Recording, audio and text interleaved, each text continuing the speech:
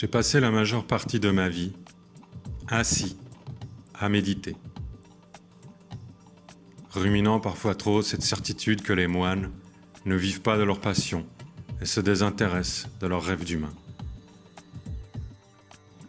Puis un jour, sans vraiment savoir comment ni pourquoi, c'est arrivé. J'ai laissé ma communauté monastique pour partir à la découverte de ce monde sous-marin qui renfermait grand nombre de mes peurs. Et ce que j'y ai découvert me remplit encore et toujours d'une fascination silencieuse. Des êtres dont on ignore l'âge, le sexe, la provenance ou les ambitions de vie. Des êtres qui ont chacun leur façon d'être, parfois prédateurs solitaires, parfois lointains cousins sociaux et joueurs. Et cette communauté apparemment infinie, des existences sensibles qui peuplent les mers et les océans. Veillant au grain, protégeant territoire et famille, vaquant à des activités multiples dont on se demande si elles ont un sens qui correspond au nôtre, certains sont en chasse. D'autres se cachent, malgré leur armure intouchable. D'autres encore font régner la terreur, sans en avoir la nature. Et puis il y a les bizarres, dont on ne saurait dire s'ils savent ce qu'ils sont. Les monstres placides, certains de leur valeur. Et les protectionnistes, agressifs, qui ne pensent peut-être qu'à eux-mêmes. Et bien entendu, les mimétiques empoisonnés bien cachés dans le décor. Dans ce monde aux limites incertaines, toujours et encore le même appel. Celui de l'infini, celui de la profondeur, là où même les limites de ce qui vit ou de ce qui est en gestation se confondent.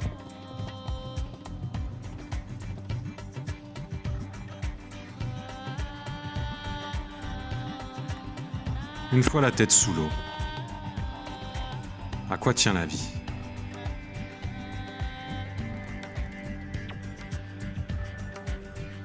Entrer dans un autre élément requiert apprentissage, plonger sans peur, maîtriser les techniques, aller et venir, toucher parfois le fond et retrouver la surface, aussi loin qu'elle se trouve.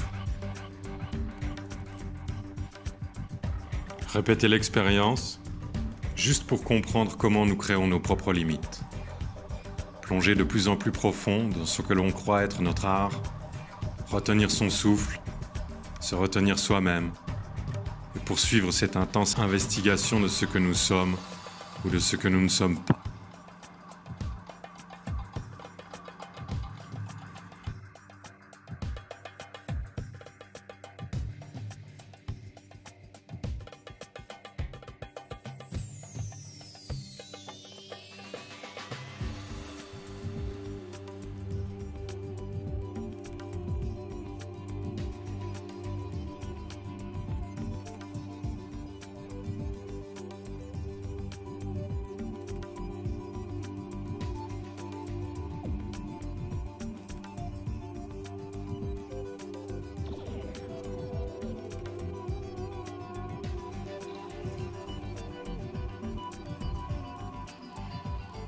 Irrémédiablement, il semblerait que l'être humain se destine à la compétition. Contre soi-même ou contre les autres, une fois de plus, la limite est incertaine. Ajouter plus de pression sur la pression et obtenir quoi ? La victoire ? La libération ? Peut-être que sans le vouloir, nous transformons nos passions en entreprises et nos rêves en produits. Mais qu'importe.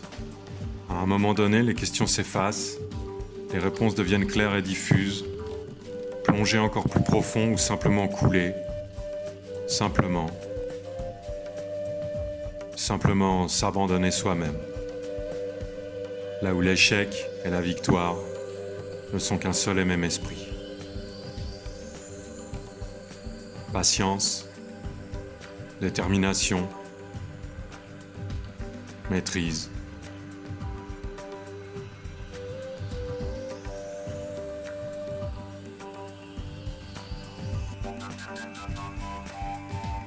Puis l'objectif surgit. Un petit bout de quelque chose qu'on emporte précieusement.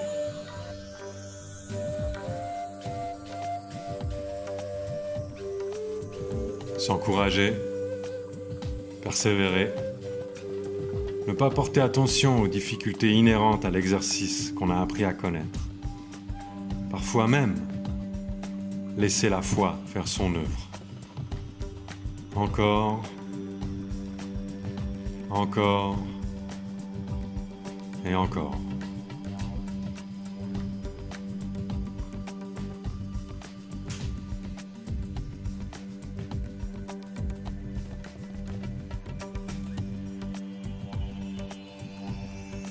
Tout ça pour retrouver en fin de compte la communauté à laquelle on appartient depuis le début.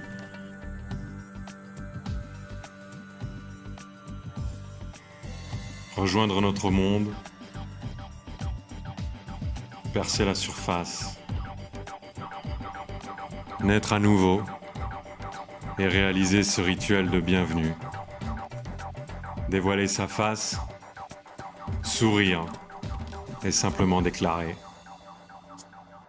I am okay!